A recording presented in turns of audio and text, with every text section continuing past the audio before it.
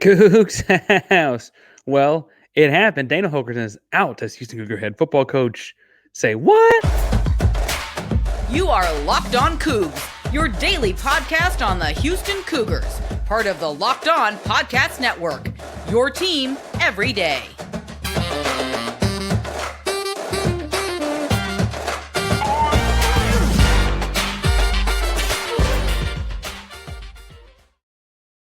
Welcome to Locked On Cougs, daily podcast about your Houston Cougars. I'm your host, Houston Born teacher and coach, Parker Ainsworth, to break down all things Cougs. If you're a U of H fan or just a hater who can't stop by, please be sure to subscribe down below. That we can listen to Cougs in your newsfeed each and every day. Appreciate you making Locked On Cougs your first listen of the day. Welcome back to the YouTube channel. That's where you found us. Remember to hit subscribe. Help us get 1750 is the next marker. We're doing a giveaway every 250. That's the after listening to the video, you don't know what to say about the program. You're just so dumbfounded at the decision that was made because you never thought it would happen. Tell us in the comments down below if you still have Thanksgiving leftovers in your fridge. Now, I'm talking fast for a couple of reasons. One, newborn's asleep. Got the monitor here by me. Two, the Texans are on the screen next to me too, so that is an exciting game with them and the Jacksonville Jaguars at the moment. And three, I cannot believe what we get to talk about today. I didn't think it was going to happen, and frankly, I want to talk some about why that was. But Dana Holgorsen has been fired as the head football coach for our Houston Cougars. I want to talk about what changed in the last 24 hours, because I literally said that I did not think it would happen on the live show last night. Well, here we are Sunday, and it has happened. So talk about that. And in the second part, I want to talk about what the next steps are, which we can anticipate happening, and what I think the timeline could be. Anyway, we'll get to more on that in a second. But first, let's jump into what happened. So I said on Saturday night, because I was operating with what I'd been told, and frankly, I've been saying for a while now, that I didn't anticipate making this change this year. It was, frankly, not just Tillman, but a number of different donors were like not at the point yet where they were necessarily ready to make that $14.8 million buyout. Looks like it's going to get all 14.8 unless something else stands in the way. That has not been discussed at this moment. It looked like there are going to be other scapegoats, other changes, other things to adjust. And instead, what we're looking at here is that Dana Holgorsen will be let go. Now, there was a statement from Pezman, the athletic director, as well as the football program as a whole, that the University of Houston is committed to championship caliber football program and ensuring the success of our student athletes. Our search for a new leader begins immediately, and I'm confident that incredible fan support, tradition, access to prospective student athletes, and pending opening of the Memorial Hermann Football Operations Center will attract a very strong pool of candidates. Over the course of the 5 seasons of Cougars, Dana made strides in our football program and in many ways laid the groundwork for our transition to the Big 12 Conference. Ultimately, the result on the field fell short of our standards of excellence. We are grateful to Dana for his efforts and commitment to our student athletes and wish him the very best in his future endeavors. Now, I have to say that that's interesting because this does, I think a lot of us, myself included, last year Houston won 8-5, and we were pointing out like, hey, we said we're going to start firing coaches for 8-4. We're 8-5. What does that mean? We came into this year in the Big 12. We heard a lot of Big 12 excuses. We heard, frankly, at Media Day, the idea that a bowl season, 6-6, would be successful, right? A bowl season would be successful. And I think we took that to mean a couple of different things, including that, like, oh, if they're okay with, if 6 wins is successful, what does that mean? They're okay. I mean, what does it say about like 5 wins? What does it say about 4 wins? And the Houston ultimately does go 4-8 on the season with 3 uncompetitive losses to wrap it up. What I am hearing and what I've heard is that not just the fact that they lost the 3 straight games in the season to Cincinnati, Oklahoma State, and Central Florida, but it was the mode in which they did. Houston failed to appear or play competitively in any of the 3 games. That's me ad-libbing, I should say. They did not look competitive in 3 football games. I guess admittedly that technically they were each just 2-score games, but that really undersells what actually happened in those contests. Houston was outplayed. It felt like Central Florida could have picked their score. It felt like Cincinnati could have picked their score. It felt like Oklahoma State could have picked their score. Ultimately just outplayed in all 3. 2 of those 3 being other teams that came in at the same time as Houston from the American Athletic Conference. And so it feels like that's the competitive edge that frankly fell short, as Chris Pezman pointed out. Now, I will point out a couple of things. One, Dana Holgorsen was 31-28 across his 5 seasons. You'll notice that when you factor out one of those seasons was 12-2, that means the other 4 seasons are all pretty bad, right? And that's the way that goes. We didn't necessarily I would have loved, and I said like the ceiling of this team might be as high as 9 or 10 wins, depending on who played. But truthfully, 8 or 9 wins was kind of like reaching for straws at how well this season.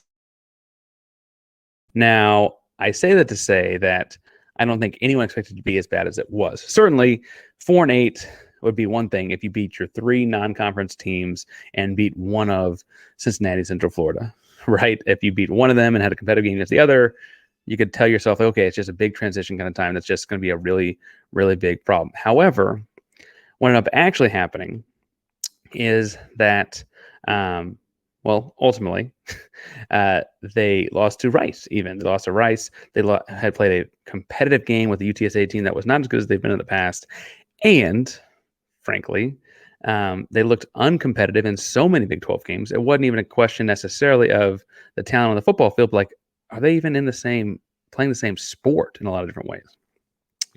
So I say it to say that it does seem like the competition aspect in playing competitive football, as Dana Holgorsen once said himself he wanted to strive to do, was not something the Houston Cougars were doing.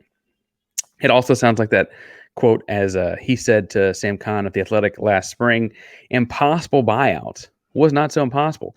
I don't want to undersell the importance of like seeing other schools in your area, Texas A&M being the biggest name, doing much bigger buyouts and the impact that has on a state of Texas booster, right? If you have a state of Texas booster seeing their buddy donate money towards that rather large buyout, there might be more enticed, well, we can do the same thing or whatever, right? Some measuring of the Joneses there. I do think it's interesting to look at across the board.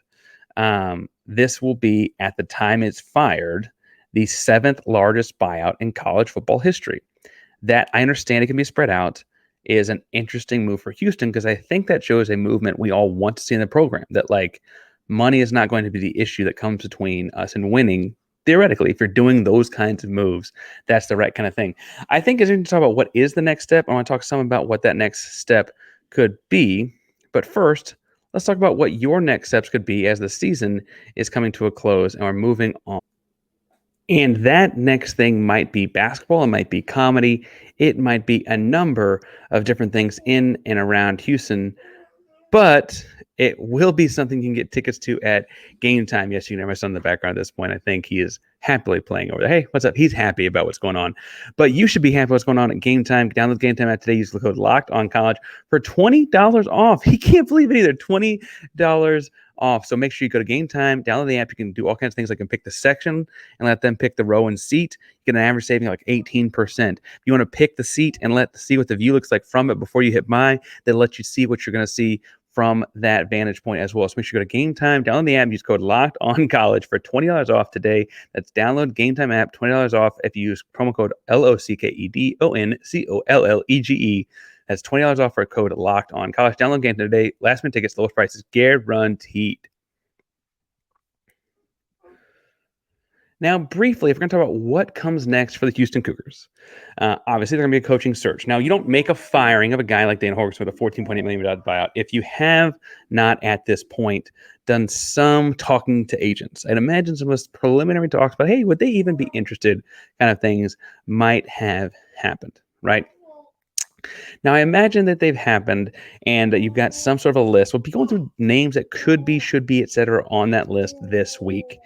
I will point out over the course of you're going to hear a bunch of different names called out, like so-and-so is interviewing, so-and-so is this. I was hearing some names that were already like head coaching potential candidates that would be coming in as coordinators, and that makes him excited.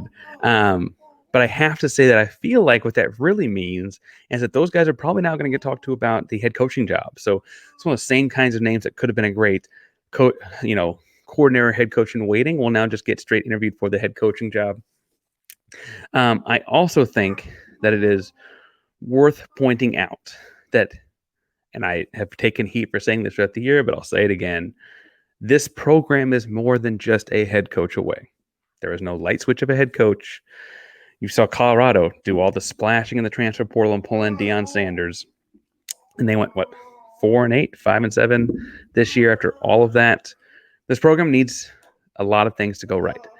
They can make a big decision right here with the head coach and shift things in a direction, but they got to get it right. And they got to get it right and to get every one of the dominoes that comes after it right as well. This is not a single decision. It could be that does, starts the process, but it's not going to be a single decision that makes the program suddenly a 10-win team next fall. Right? It's more, you're farther away than a single head coach would be. Nothing's ever that simple. And that I think was what I was trying to stress throughout the year that got lost some, is that there's more to what's going on than just head coaching. Now, they're going to fix that part, and that can do a lot, a whole lot. But I'll be interested to see what other parts of this get fixed. And I think people liken this somewhat unfairly, and I'll probably harp on this a lot this week. But they'll harp on this, Houston Cougar basketball did it. They hired Kelvin Samson, and look at everything flipped around. And without going too much into detail on it, the Kelvin Samson thing is just not replicable in football. What Kelvin Samson was he was a Hall of Fame caliber college basketball coach. Then got in some trouble at Indiana for stuff that's really not that much troublesome anymore. And was coaching at your local pro team. He was a Houston Rockets coach. He was on the older side of things as far as coaching goes, and likely just going to finish out the career there. They luck into with a simple phone call saying, would you be interested in doing college again? And he's older. He's able to. He doesn't have to move, he or his family, to do it. And he has the Hall of Fame kind of resume from his first stints in college as well. Now, that's not to say that it was not challenging. That's not to say that it wasn't hard. That's not to say that it didn't take a leap of faith to make sure he was willing to do it again. However, the equivalent of that in college football would be going to the Texans staff, finding someone on their staff with a Hall of Fame college coaching resume and saying, hey, would you like to leave the assistant job you've got with the Texans, come back to the college game while staying in Houston and rebuilding this thing? I don't have the Texan staff in front of me, but those guys are rare, right? Those guys are hard to find.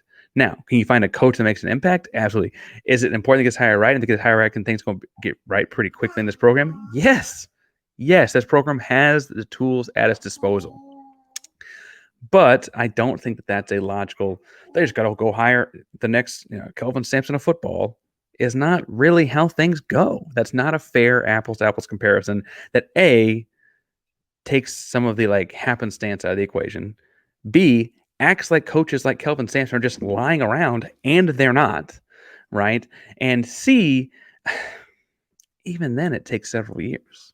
Right. And so this program's got a long way to go. We'll be talking each and every day about different candidates. I'm going to make it my point to talk about a different candidate, if not multiple candidates, each day until a decision is made. I think that it's worth pointing out and looking at all the different things. One big thing that happened for Houston that is a good thing in this, while A&M is looking for a coach, and they may be looking for an underachieving one at that, if they're going to really go for the other Stoops brother, Baylor has said they're going to bring back Dave Aranda to Baylor. And that's huge for Houston, not because anything has to do with Dave Aranda, but because, frankly, they're kind of your competitor for a lot of these same kind of jobs. If a prospective coach were out there and wanted to get into a Big 12, Power 4 conference level football and wanted to be in the state of Texas to recruit the state of Texas and wanted, demonstrated recent success, you could look at Baylor as being a competitive, comparable job that, because they've been in the Big 12 longer, has more resources. Thankfully, that job is not open. And so that is not staying the way. I think it's a good thing for Houston and the candidates there. What I imagine happened is this week you'll hear names on lists, you'll hear things put together. But truthfully, several of these candidates are also coaching in conference championship games next weekend. Thus, you might not hear confirmation of things for another week or 10 days to allow those coaches the privilege of coaching in their conference championship game or getting ready for their bowl game without the distraction of you're leaving us for Houston, right? So if a coach is on a staff at Texas, if a coach is on a staff at Ohio State, I guess Michigan, not Ohio State, coach on a staff at Oregon, coaches on a staff anywhere playing next week, Florida State, wherever, then I would imagine if they're looking at the Houston job, they would be delayed on even interviewing to give them the luxury of finishing their season with their team, right? If we're going to wait to interview those guys, I'd imagine you might hear of some people coming through campus this week that don't have that problem, but I'd imagine you wait for another week to hear final, second round interview type people, right? And so on and so forth as those things go. I also think it's worth pointing out that Houston has a number of things working in its favor. The new building coming in is going to be a big thing for them to sell to recruits. The city of Houston itself is going to be a big thing to sell to recruits. And frankly, playing in the Power Five and being not defeated in the Power Five, meaning like you did win a couple of games, shows there's some talent on the roster to play with for the next guy coming in as he builds things. Again, I think there's a lot of things to fix in this program. I think there's things to get, it's not just the head coach. We are fixing that part of the equation. We're changing that part of the equation and looking to get better in that area. The next head coaching hire is incredibly important because if you're being honest, you need to give the guy 4 years to get things fixed, right? To get things set up his way. That means if the hire is wrong, it is currently 2023. Next season will be his first in 2024. You're going to 2028, 2029 before you're making a change after this one.